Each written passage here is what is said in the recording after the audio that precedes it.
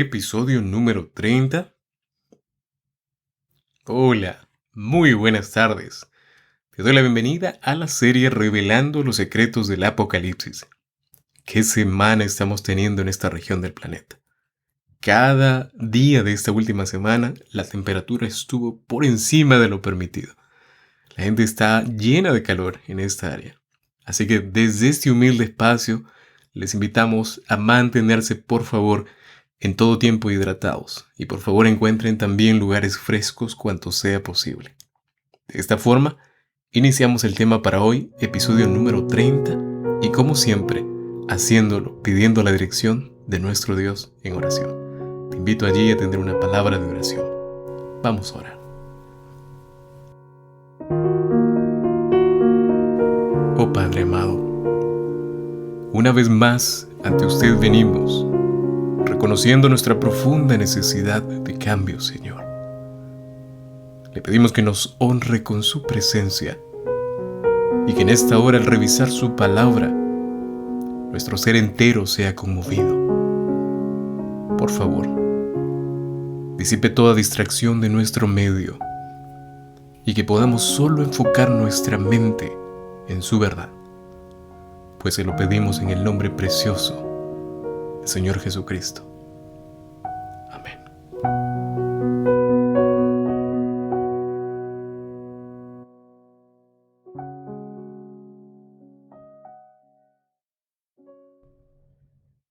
Continuamos con el desarrollo de Apocalipsis capítulo 12 y solo a modo de introducción, como en cada episodio, Apocalipsis 12:7 introduce una nueva escena que pasa de la tierra al cielo. Aquí nos damos cuenta de que Juan nos dice que la gran enemistad entre el dragón y la mujer forma parte de un drama mayor. Y esto es, o me refiero, al conflicto cósmico en todo su alcance, en toda su expansión. Antes de ir al análisis tenemos que leer el texto, así que vamos a darle lectura al texto bíblico, Apocalipsis capítulo 12, versículos 7 al 12. Es el segmento que vamos a estudiar en esta hora. Verso 7 en adelante. Después hubo una gran batalla en el cielo. Miguel y sus ángeles luchaban contra el dragón, y luchaban el dragón y sus ángeles, pero no prevalecieron ni se halló ya lugar para ellos en el cielo. Y fue lanzado fuera el gran dragón, la serpiente antigua, dice el texto bíblico, que se llama Diablo y Satanás, el cual engaña al mundo entero. Fue arrojado a la tierra, y sus ángeles fueron arrojados con él. Verso 10. Entonces oí una gran voz del cielo que decía: Ahora ha venido la salvación, el poder y el reino de nuestro Dios, y la autoridad de su Cristo, porque ha sido lanzado fuera el acusador de nuestros hermanos, el que nos acusaba delante de nuestro Dios día y noche. Y ellos le han vencido por medio de la sangre del Cordero y de la palabra del testimonio de ellos, y menospreciaron sus vidas hasta la muerte. Y el versículo 12 al final de ese segmento dice: Por lo cual alegraos cielos, y los que moráis en ellos. ¡Ay de los moradores de la tierra y del mar! Porque el diablo ha descendido a vosotros con gran ira, sabiendo que tiene poco tiempo. Es interesante este segmento del capítulo 12 porque es un intermedio. Nuevamente, vemos un intermedio diferente aquí y vemos que el relato inicia mencionando que hubo una guerra en el cielo. Los participantes en la guerra, según el texto bíblico, son Miguel y sus ángeles contra el dragón y sus ángeles, ¿verdad? Entonces, en esta guerra vemos que el contexto indica que Miguel, y voy a decirlo así, el comandante de las huestes celestiales, es el Señor Jesucristo mismo. Capítulo 12, versículo 10 y 11, lo acabamos de leer. Mientras Satanás, por otro lado, es el anticristo. Y cuando digo el anticristo, es el que se opone a Cristo. Por eso dice anti, ¿verdad? Es una expresión, una palabra compuesta de oposición. Anticristo, en contra de Cristo. Porque esa es la calificación que se le da al enemigo de Dios. Anticristo porque se opone a todo lo que Cristo, todo lo que Dios ha establecido. Entonces, mencionamos hace un momento que Miguel es el comandante de las huestes celestiales y es Cristo mismo. Pastor, un momentito, deténgase allí. ¿Por qué usted dice que Miguel es Cristo? ¿Cómo podemos estar seguros de esto? Al iniciar el estudio de este segmento, ya nos encontramos con dos preguntas interesantes que tal vez te estés haciendo. Miren, en la Biblia hay solo 5 versículos que mencionan este nombre, y me refiero a Miguel. La primera referencia la encontramos en el libro de Daniel, en el Antiguo Testamento, capítulo 10, versículo 13. En el mismo libro, en el capítulo 10, versículo 21, un poco más adelante, vamos a encontrar nuevamente la expresión Miguel, el nombre de Miguel. Y en el capítulo 12, versículo 1, vamos a encontrar también el nombre de Miguel. Y así también en Judas, capítulo 1, versículo 9. Y finalmente aquí en Apocalipsis, capítulo 12, versículo 7, que acabamos de leer. En estos versículos se describe con el título de príncipe. Si ustedes leen los 5 versículos, en su mayoría se le describe como el príncipe, el gran príncipe, que está de parte de los hijos de su pueblo. Al ir al libro de Isaías, y vamos a quedarnos un poquito en el Antiguo Testamento allí, vemos que en la profecía mesiánica sobre su nacimiento, y ustedes lo ven allí, se describe de la siguiente manera. Y vamos a ir a Isaías capítulo 9, versículo 6.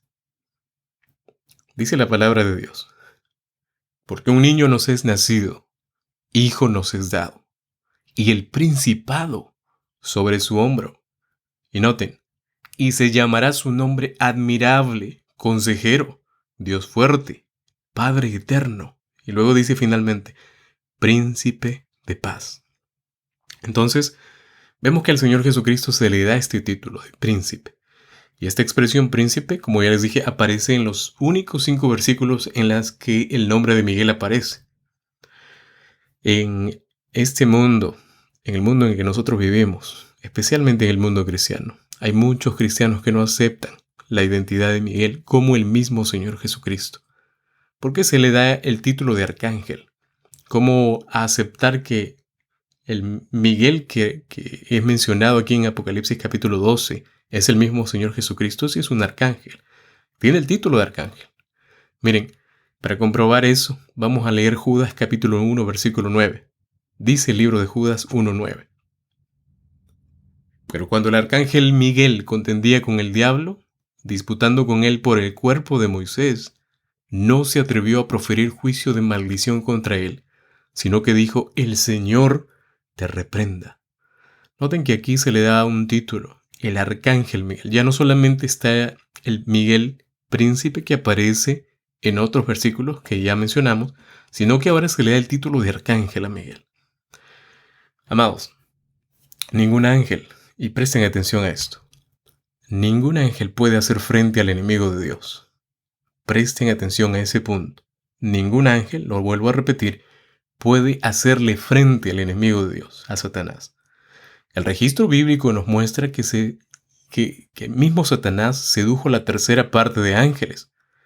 Yo me pongo a pensar y digo, pero si sedujo a la tercera parte de ángeles siendo seres perfectos y dotados con ciertas características de poder, esto nos indicaría que el ángel caído tuvo un rango diferente al de otros ángeles, fue más poderoso. Al ir al libro de Hebreos, vemos una descripción interesante en comparación de lo que este ser rebelde representó, pero vamos a ver este texto enfocado al Señor Jesucristo. Hebreos capítulo 1, versículo 4 nos dice: hecho tanto superior a los ángeles, cuanto heredó más excelente nombre que ellos. Noten la diferencia. Hecho tanto superior a los ángeles. No hay nadie que estuvo por encima o igual al Señor Jesucristo. Él es el creador, Él es Dios. Si nos vamos al Evangelio de Juan, dice: en el principio era el verbo, y el verbo era Dios, y el verbo estaba con Dios. En el Evangelio de Juan dice, en el capítulo 1, versículo 1, 2 y 3. Y luego si saltamos al versículo 14, y si de repente te quedó la duda, pastor, pero dice: en el principio era el verbo, como confirmar que el verbo es Cristo.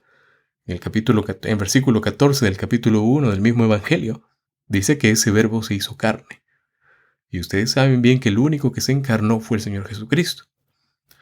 Entonces, el rótulo de arcángel, volviendo a la línea que estábamos revisando, al aplicarse a Cristo como el arcángel Miguel, se interpretaría como un título, mas no como una descripción de su naturaleza. Ojo con esto. Yo creo que nosotros en este estudio entendamos que identificar al arcángel Miguel como Cristo no lo hace un simple ángel.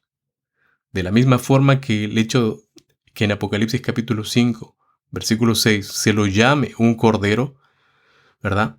Y también en el Evangelio de Juan capítulo 1, versículo 29, esto no lo hace literalmente una oveja al Señor Jesucristo. Se le llama así como un cordero, pero Él no es una oveja en realidad. Literalmente no es una oveja, sino que es un título que se le da. Apocalipsis 5 también llama al Señor Jesucristo, por otro lado, león, en el versículo 5.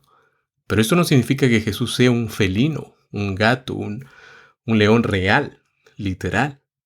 Estos son títulos simbólicos para el Señor Jesucristo, que describen, ¿qué cosa, pastor? Características de fortaleza, de humildad, de sacrificio y aún mucho más. Sin duda, mis amados, Miguel es Cristo. Aún el significado del nombre lo señala como tal. Las Sagradas Escrituras nos muestran que después de esta guerra, el artífice de la rebelión y su séquito fueron expulsados del cielo. Y eso nos dice allí los versículos que leímos. La escena bíblica nos muestra tanto a Cristo como a Satanás, ocupados en una batalla. ¿Y esta batalla en qué consiste? Esta batalla era básicamente por ganar la lealtad de los seres celestiales. Recuerden ustedes que el registro bíblico nos indica que Satanás pudo seducir a la tercera parte de ángeles del cielo. Un montón de ángeles, una buena cantidad de ángeles. Sin embargo, como añade el texto, Satanás no fue lo suficientemente fuerte, voy a decirlo de esa forma, para luchar contra el mismo Señor Jesucristo, porque al final cayó derrotado. Y como era de esperarse, él y los ángeles que aceptaron su engaño perdieron su lugar en el cielo y el libre acceso que tenían al cielo, a los lugares celestiales. Amados, este es un punto en el que debemos prestar atención y tal vez meditar. Ningún ser humano puede hacerle frente al enemigo sin Cristo. En el nombre de Jesús, yo te insto a nunca poner en peligro o en riesgo tu vida. Aún los ángeles, siendo seres perfectos y poderosos, sucumbieron al poder de Satanás. ¿Cuánto más tú?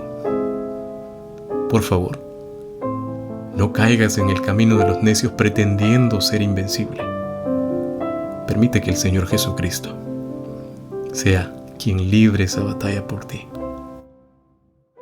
Retomando la idea anterior, llama mi atención cómo Juan muestra el hecho de que Satanás, el poderoso ángel, y las fuerzas demoníacas no son suficientemente fuertes. Miren, en su guerra con Cristo y sus seguidores fieles, vemos aquí un desenlace. Esta es una verdad que debe estar palpitante todo el tiempo en la mente de todos los que nos enfrentamos diariamente a las pruebas. La esperanza maravillosa de Filipenses capítulo 4, versículo 3, esa promesa valiosa. Todo lo puedo en Cristo que me fortalece. Es preciosa. La verdad debe estar allí en nuestra mente y en nuestro corazón. Cristo es el vencedor. Noten, además de eso, Juan proporciona una triple identificación del dragón. Al leer el texto bíblico nos damos cuenta que primero, él es la serpiente antigua. Miren cómo Juan trae hasta el Nuevo Testamento, uniendo el Génesis y al Apocalipsis. Eso significa toda la Biblia unificada. Es la serpiente antigua. Esta es una alusión a Génesis 3, básicamente, donde en medio del huerto, la serpiente, Satanás, engañó a Adán y a Eva, nuestros primeros padres, trayendo así el pecado a la tierra. Como segundo punto, su nombre es el diablo y Satanás, que ambos significan calumniador y adversario, ambos respectivamente. ¿Quién es el adversario de Dios y de su pueblo? El mismo Señor Jesús, mis amados. Se refirió a él como el príncipe de este mundo. Juan capítulo 12, versículo 31. El apóstol Pedro lo llama vuestro adversario el diablo. Primera de Pedro capítulo 5, versículo 8. Al tentar a Jesús, si recordamos ese momento, Satanás afirmó que el dominio sobre la tierra se le había sido concedido y que él podía darlo a quien él quisiera. Lucas capítulo 4, versículo 6. Miren lo que dice. Y le dijo el diablo: a ti te daré toda esta potestad y la gloria de ellos, porque a mí me ha sido entregada, y a quien quiero la doy. Lucas capítulo 4, versículos 6 y 7.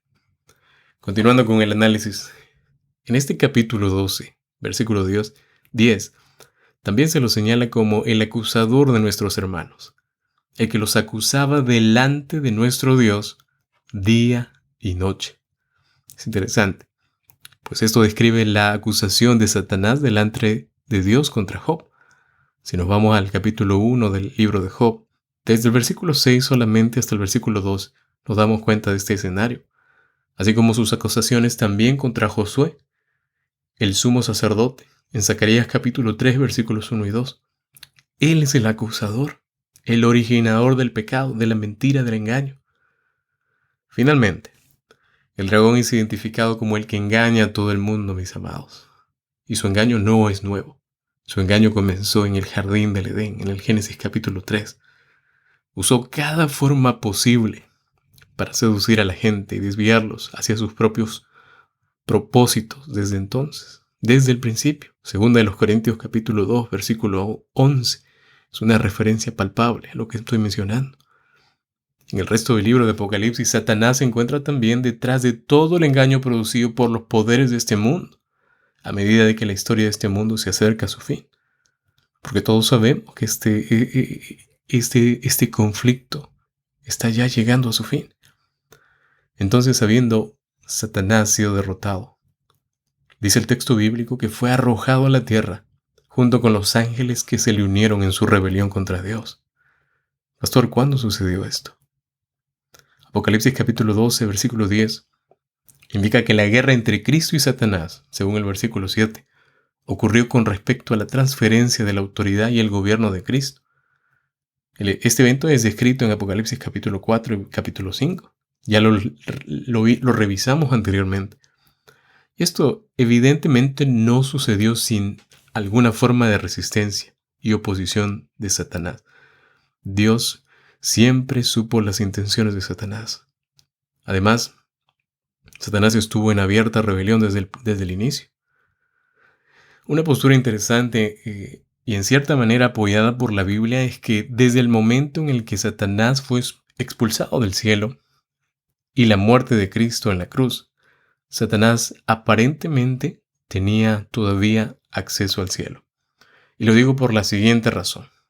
Nuevamente citamos el libro de Job, y al ir al libro de Job, al capítulo 1, lo vemos asistir a la asamblea de los hijos de Dios en ese escenario, delante del Señor y de los lugares celestiales. Job capítulo 1, versículos 6 al 12. De igual forma también lo vemos, como ya lo mencioné, acusando a Josué, aquel sumo sacerdote, delante de Dios en los atrios celestiales. Zacarías capítulo 3, versículos 1 y 2. Y él siempre estuvo allí, aunque todavía tenía acceso. Pero la situación cambió. Este cambio se dio con la muerte del Señor Jesucristo en la cruz, nuestro Redentor, donde Él allí en la cruz aseguró la derrota de Satanás.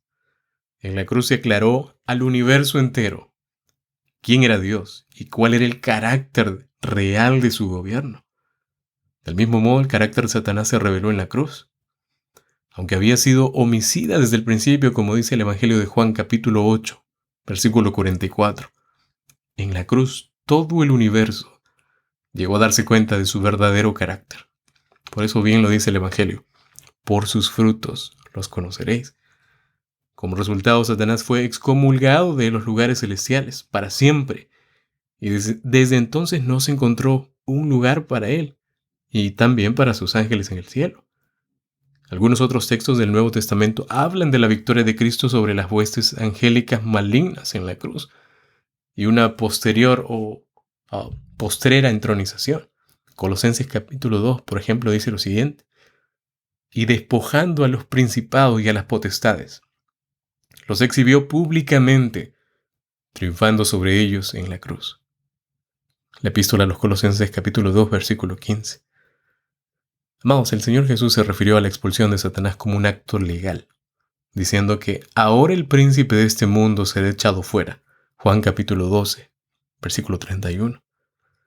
La muerte del Señor Jesucristo representó el arrojar fuera a Satanás, así como la exaltación del mismo Señor Jesús al trono celestial. Juan capítulo 12, versículo 32.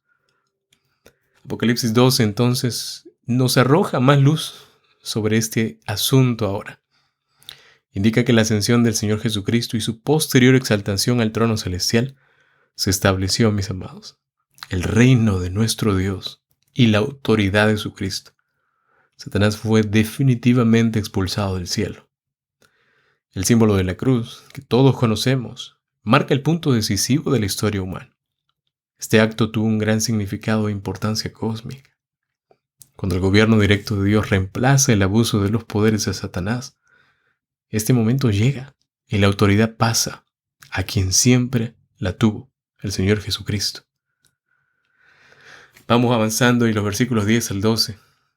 Vemos que Juan oye todavía otra fuerte voz en el cielo, que anunciaba con un cántico triunfal la victoria de Dios sobre el gobierno de Satanás y la inauguración del gobierno de Dios en el mundo y la autoridad regia de Cristo.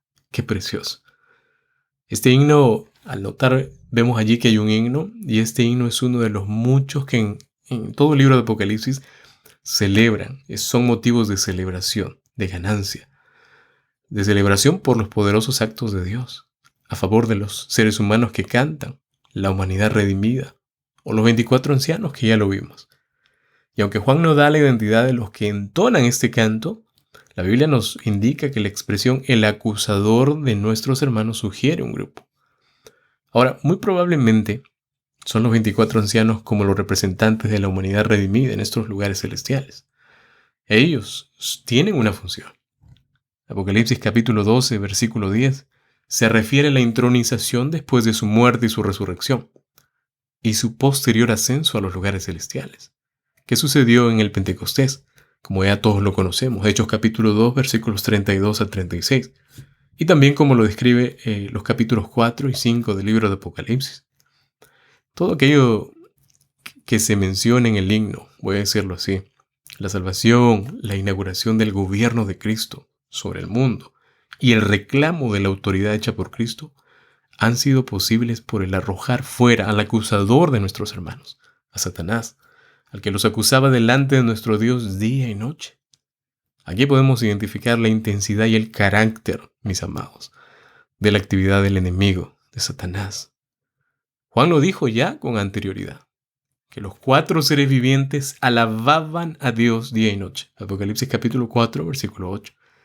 Esto significa que mientras los 4 seres vivientes y los querubines están dando alabanza sin cesar a Dios día y noche, noten, Satanás trae sus incesantes acusaciones contra su pueblo día y noche, tratando de imitar en todo momento lo que Dios ya estableció. En lugar de derrotar a los seguidores de Cristo acusándolos delante de nuestro Dios día y noche, según el verso 10, Satanás, por el contrario, sufre su propia derrota. Sus propias acusaciones rebotan contra él. Los seguidores de Cristo le vencieron, mis amados, por la sangre del Cordero y la palabra de su testimonio. En esto reside el secreto de la vida victoriosa para los seguidores de Cristo. La victoria de Satanás se produce únicamente por virtud de lo que Cristo realizó en la cruz. La sangre de Cristo produce la victoria. El tema de Apocalipsis no es una batalla o batallas militares en algún evento o eventos, sino más bien la conquista final sobre el pecado y el originador de éste. La conquista dirigida ¿por quién? ¿Por quién, pastor? Por el Cordero inmolado, que Isaías 53 describe. En su sangre hay victoria, segura. Todos, mis amados, tenemos acceso a esa victoria.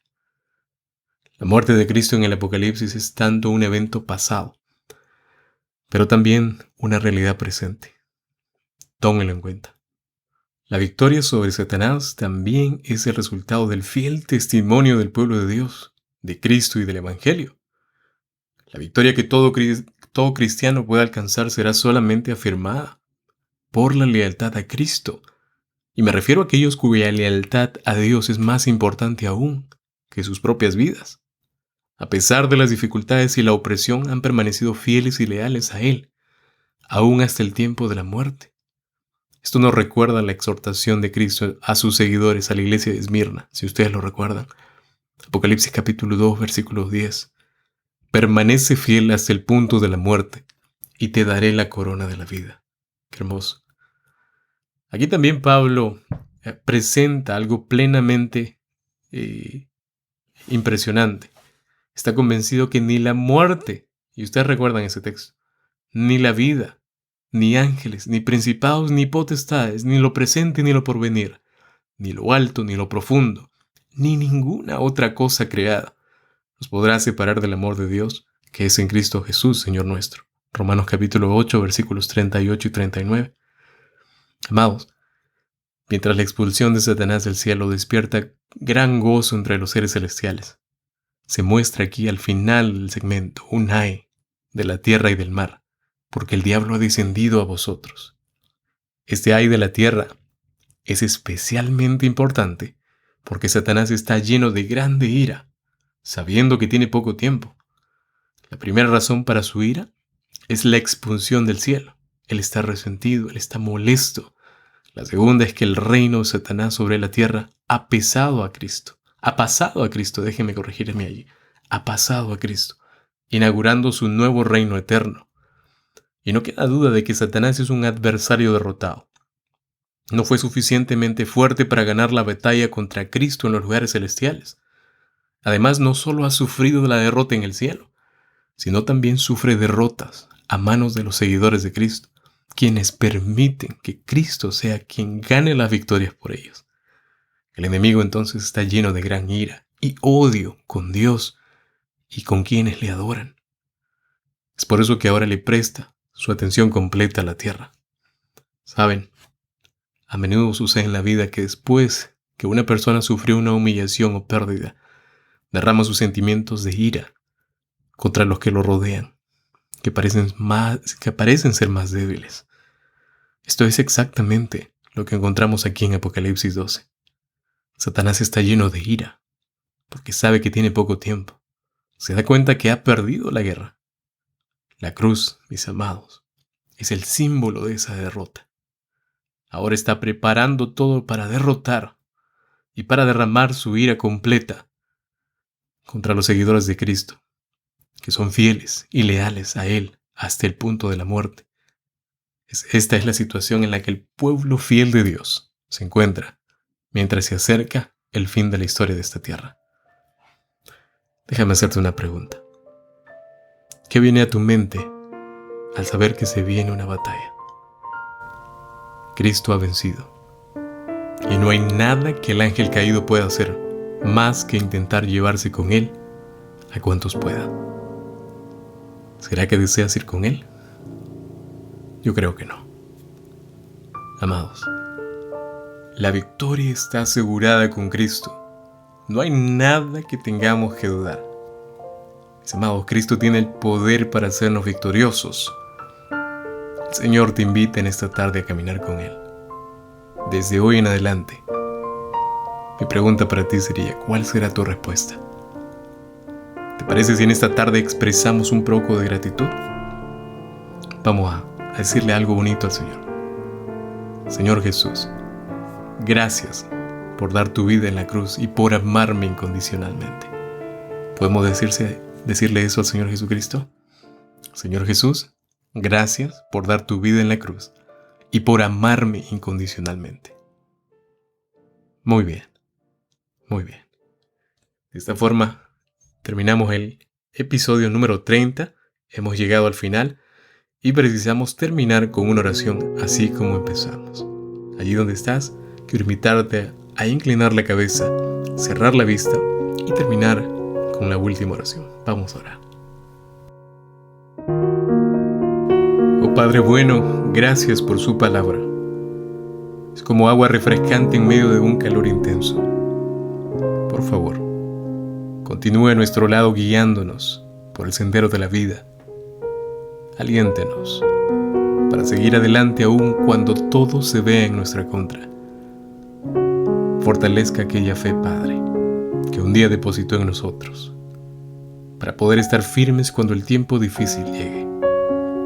Padre, no podemos terminar esta oración sin reconocer su poder y su grandeza en cada rincón de su creación. Gracias, Padre lindo, le damos en esta tarde. En el nombre precioso de Cristo Jesús.